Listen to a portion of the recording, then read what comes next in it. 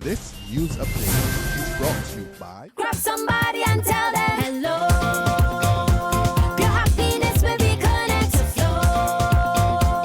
Smile and cheer because that is we flow. Grab somebody and tell them hello.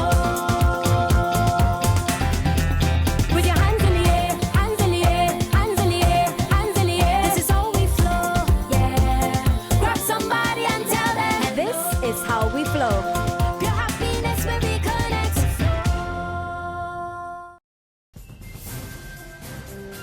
This is the Barbados Today Evening News Update for Thursday, October 15. Thanks for joining us. I'm Fernella Wedderburn. The Barbados Statistical Service will be undertaking its first major survey on the country's living conditions, and it is appealing to residents to participate.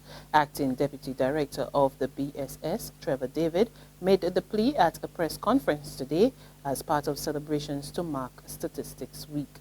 David disclosed that the survey, which is being held early next year, will seek to find out, among other things, the levels of poverty and consumption patterns in the country. The start of the full enumeration will take place beginning in February next, in 2016.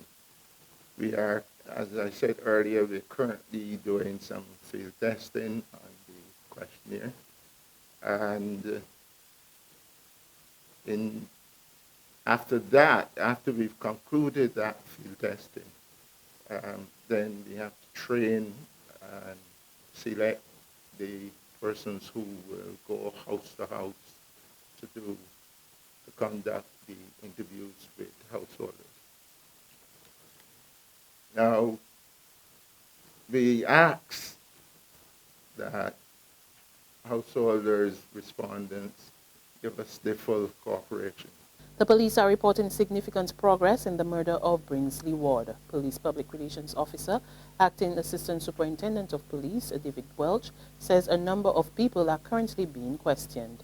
Ward died on Johns Beckle Drive, St. Michael last Friday from multiple stab wounds. Meantime, ASP Welch tells Barbados Today that the police will be bumping up security measures as the Yuletide season approaches. He says the current crime situation facing the country has resulted in the force implementing Operation Yuletide a month earlier rather than at the end of November. What we have planned and we are about to implement our what we call Operation Yuletide. And we are moving to operationalize this earlier than we normally do in the latter half of November. What we want to do, and this Operation Yuletide afford us the opportunity to get those persons who normally would be desk-bound, to have desk-bound duty, to come out and support those other operational persons on the streets. Therein you have more officers on the streets to police Barbados in the upcoming tourism season, in the upcoming Yuletide season. Right, so we will be having police officers on the streets in major tourism areas, in major shopping areas. Police are reporting that 15-year-old Tashauna Griffith, who went missing last week, has been located. No details have been given about her disappearance, but police say she is safe. Meanwhile, the search is on for 75-year-old Marcelle Smith of Farm Road, St. Philip. Smith was last seen at a residence in St. George on Monday between 5:30 and 6:30 p.m. and has not been seen or heard from since. She was driving a silver Toyota Yaris, registration number P2346. Marcelle Smith is of brown complexion, 5 feet 2 inches tall and slim build. She has brown eyes, brown hair, and speaks with a slight Trinidadian accent. Police say she is a diabetic and suffers from dizzy spells. Anyone with information relative to her whereabouts is asked to call emergency number 211 or the nearest police station. The Kiwanis Club of Bridgetown's Silver Dollars for Children drive records a decrease in funds from corporate Barbados. But President of the club, Cyril Burke, tells Barbados Today monies raised in other areas have compensated for that loss. PERC made the announcement following this morning's launch of the Silver Dollar Drive at the Ministry of Education. From time to time we do drives, supermarket drives, or we do drives in town. So we go, numbers of go at different supermarkets and collect and actually solicit funds from the public, and that has helped us a lot. So while you at the one end you had somewhat of, I guess it's because of the overall economic situation that has been existing in Barbados since 2008, we still find that Barbadians are still generous, and they do, especially when we tell them that, you know, that these are for the kids, and we mentioned the charities and so on. They are still philanthropic at heart, and they tend to do the best they can. We've had personal experiences where ladies say, well, I only have this amount, let me come back. When they come back, everything, and they come back to you. They come back and look for you when we're outside the supermarkets and stuff, and give you maybe the leave off buying something for themselves and put into the thing, which is something very commendable. And of the Barbadian public, they just still give, although things are tight.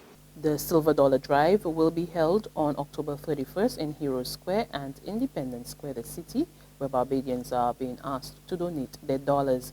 And on October 23rd, the drive will go to schools for a collection, followed by a collection at churches on October 25th.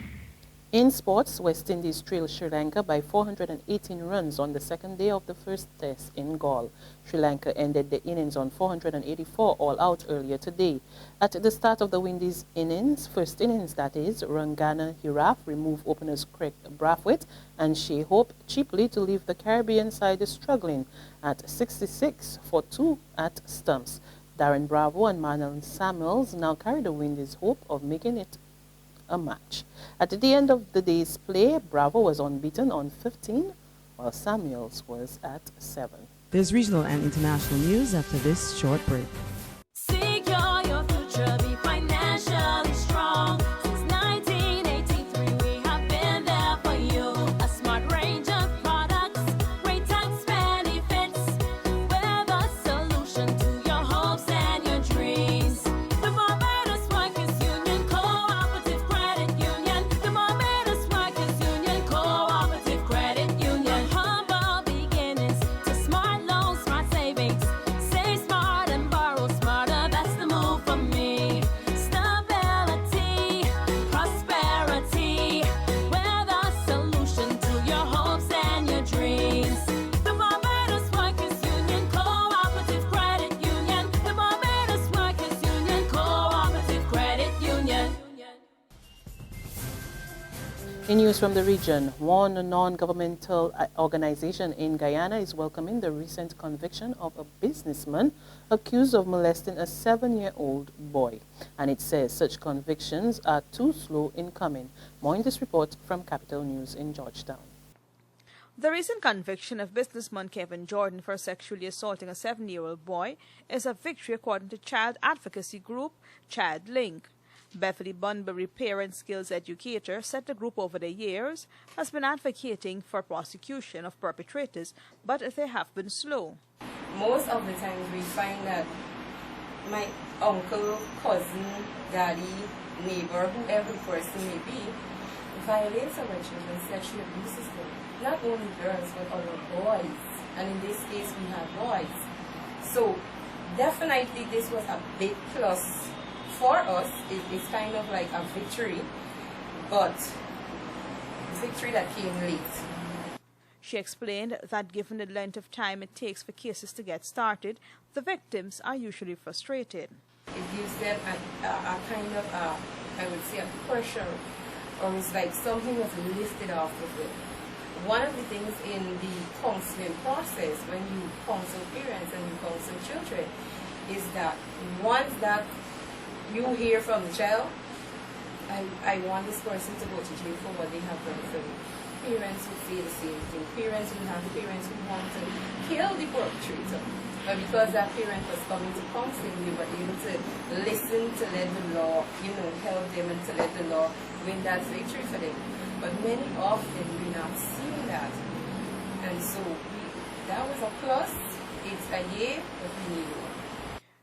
Jordan, who is currently awaiting sentencing, was on Monday convicted of sexually abusing a 7-year-old boy in 2007.